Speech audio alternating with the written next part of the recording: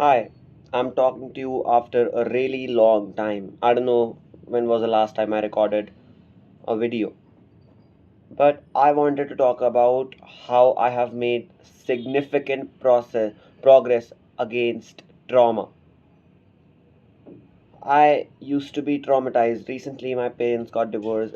It's not even been a year since they got divorced, but I was just traumatized about the fact that they got divorced and traumatized because of the things that my dad did when he was around, and traumatized because of the fights that I saw my family had. So I saw this somewhere, and it was basically to heal trauma.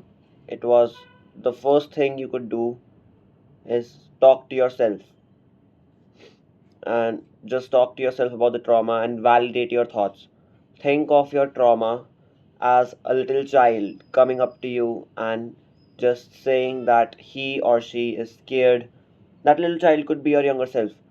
That the little kid is scared about something that could be your trauma.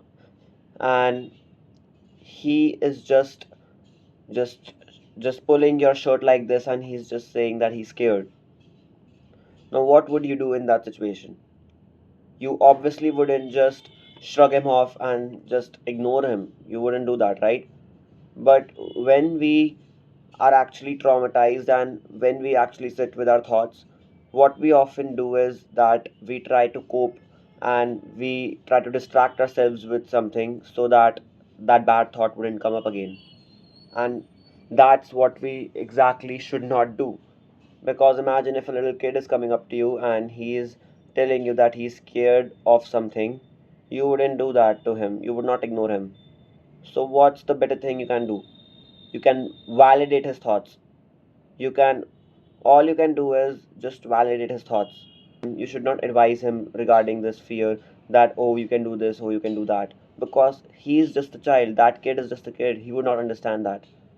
Just validate his thoughts. Just talk to yourself like a little kid in your brain and just be like, I'm scared of this. What do I do? Master Skywalker, there are too many of them. What are we going to do? And then just talk to your this imaginary little kid with your real voice and just say, oh, I know that's scary. Yeah, I know that's scary. And just validate that thought. Just let that thing sit with you for some time. That's the first thing that happened with me. That helped me. The second thing you can do is you can write about it. Write about your trauma. You can definitely start journaling or write on your phone screen in your notepad in your what's it called?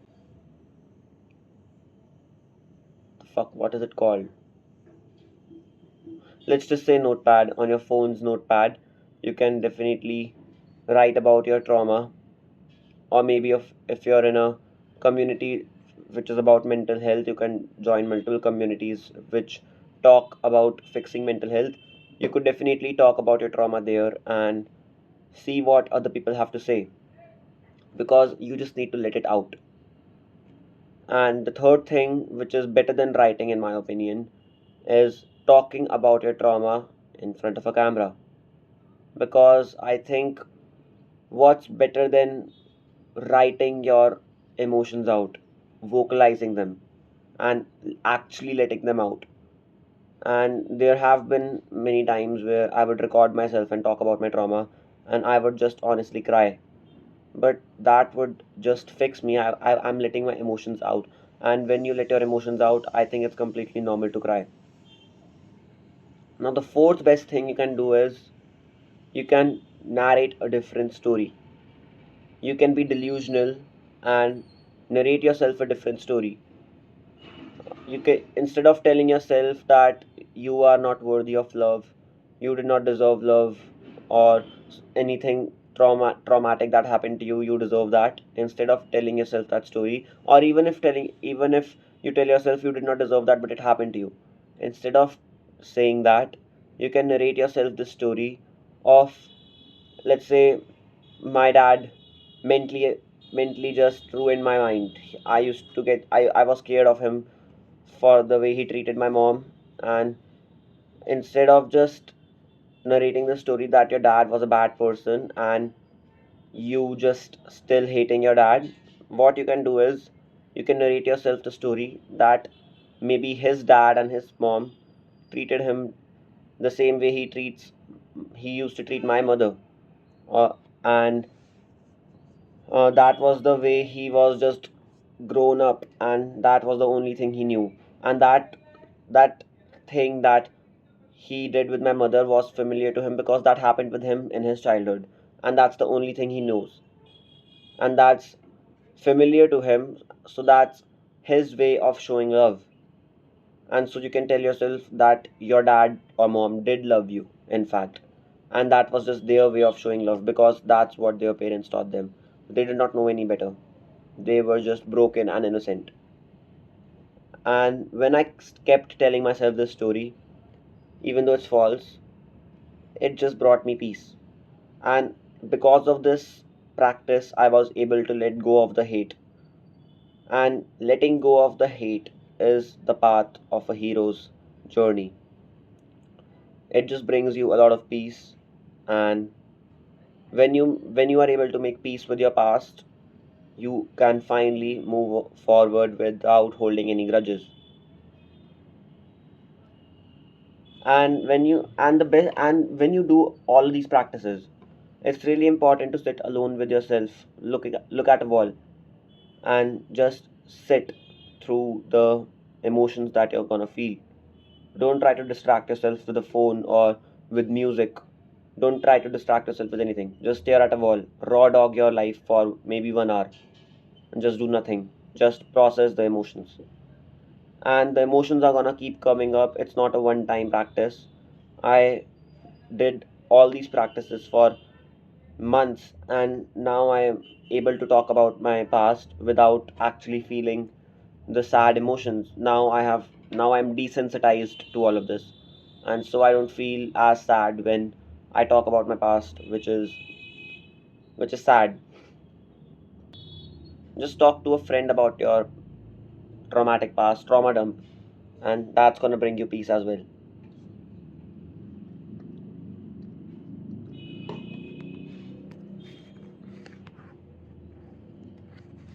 My phone is literally on 5%, and I'm just gonna keep talking as long as I can because I don't got anything better to do. I also wanted to talk about fixing your posture because I am going to the gym very consistently, and I go to the gym with my friend, and he just has such bad posture. If you look at me and look at him, you can seriously tell that he has a really bad posture, and that bad posture ends up worsening his gym exercise forms, and that's really bad, and that gives him lower back pain and whatnot. So it's really important you fix your posture. I'm going to give you some tips on how you can fix your posture. The first best thing you can do is stretch, and I'm going to do those specific stretches with you right now. The first stretch is you can do this while sitting. Just tuck your chin in. Just give yourself a double chin. Do that for 10 seconds, and then do this. Just stare at your ceiling or just stare upwards as much as you can for 10 seconds.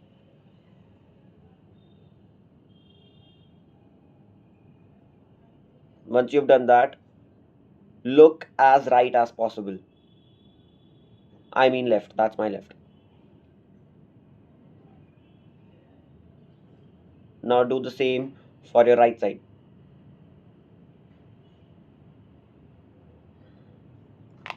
And do some basic stretches.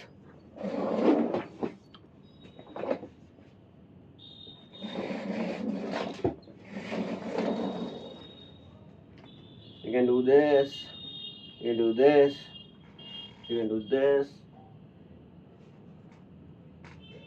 Just do everything you can do to fix your posture. Look, my posture is really great. Just arch your back, and that's pretty much it. You can also do some leg stretches. I'll definitely make a full-fledged video on how you can fix your posture.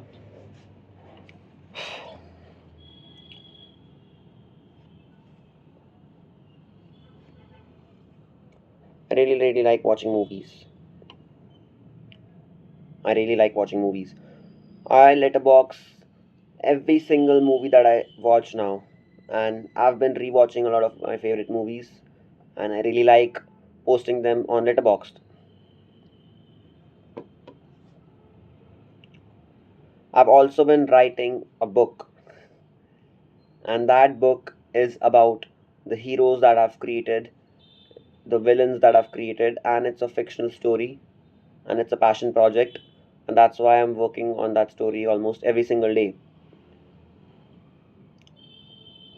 That story includes a lot of the characters that are just some that those characters have traumatic pasts that I actually had. Though some of the characters in that story just have their origin as a traumatic event that I faced, and if even if you do that, just put your trauma to another character and just narrate that story, and I think that's gonna make you feel very right. You're gonna feel relatable. You're gonna relate to that character, and you're gonna feel that you're not alone in this, and you can write a hero's journey, and that's gonna really be helpful and fruitful for your mind and for your mental health. So I've wrote this main character, and his name is Ryan. I actually wanted to name my name. I wanted my name to be Ryan, and my name was supposed to be Ryan before it was before it came to be Rashid. So yeah, and Ryan actually has a traumatic past. He has almost the identical past as me, and he turns into a hero and he lets go of that past. And there's this other character, and she has the traumatic past of my best friend, and she her character arc, and so basically Ryan and that other character, both Ryan and that girl, both have these traumatic pasts, and their duo, they make a really good duo because that's essentially me and my best friend. Me and her, we basically are in a hero's journey, and we let go of our pasts, and that's a really good character arc that I've given to these characters. And yeah, Ryan is a speedster, and that other girl is an architect turned superhero, and she can basically make projections like Green Lantern. And it's a really interesting story. It's really different from I would like to say it's different from most of the super generic superhero stories that you see nowadays. But it's a really good story, and I'm currently in the process of writing its first chapter. And it's a passion project, and I'll just complete it, and I want the story to be adapted on the big screens. Yeah.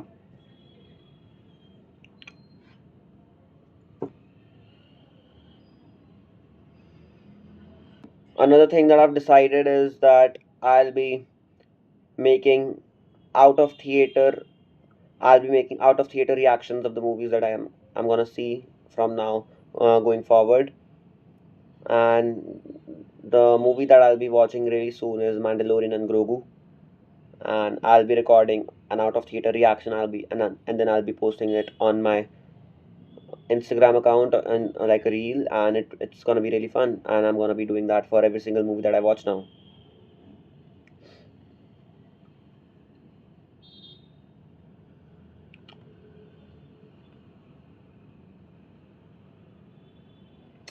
Just sitting here chilling with you.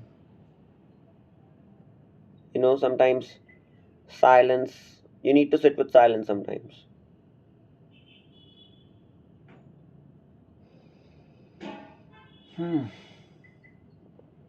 Woke up this morning, did a little bit of stretching, cleaned the outside of my house, filled all the water bottles, did some chores, did some breath work, meditated for about 3 minutes, journaled, had a conversation with God, feeling good.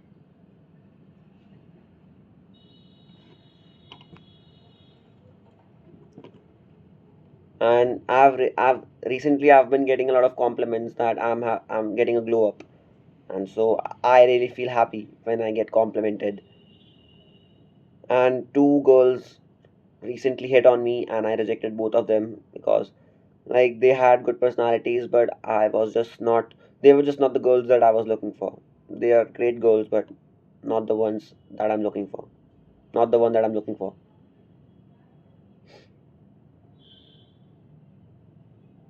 I love talking to you. I hope you like listening to me.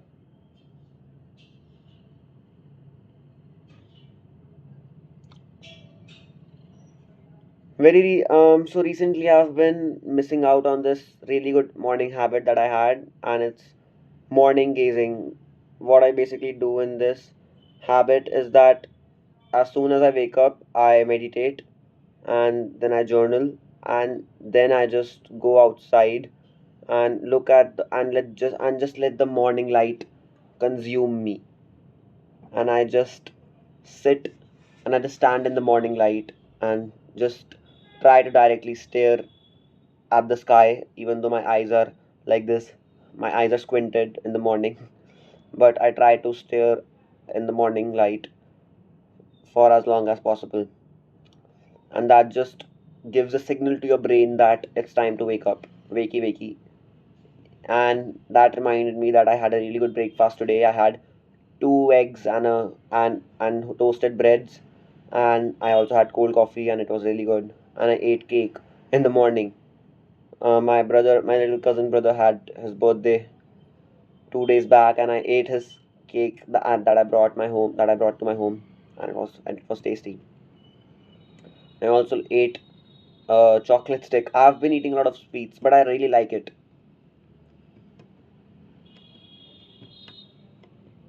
I really like to sit by myself and just talk to you, and it's just fun. I really enjoy my own company, and I think everybody should have this ability to just sit by themselves and just enjoy nothing. Like, there's literally nothing. Like, logically, technically, I'm just talking to a camera, but I'm just talking to you, and I'm just behind this camera is just a wall on which the camera is resting, and I'm just talking to a wall, but and I'm just enjoying myself. And I think people should have the ability to sit by themselves. It's almost 20 minutes. They should have this ability to sit by themselves and just enjoy their own company. Because if you cannot enjoy your own company, then I think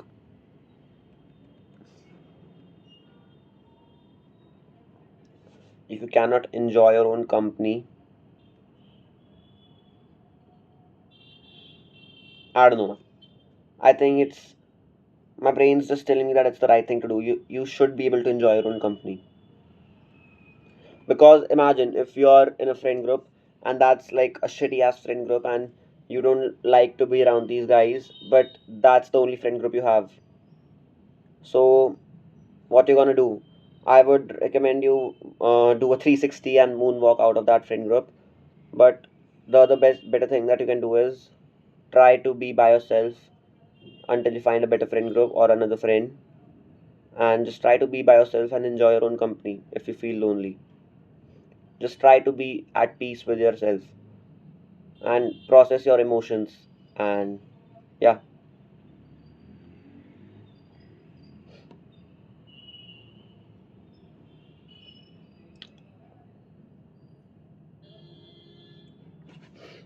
I'm absolute Bhatia. Peace.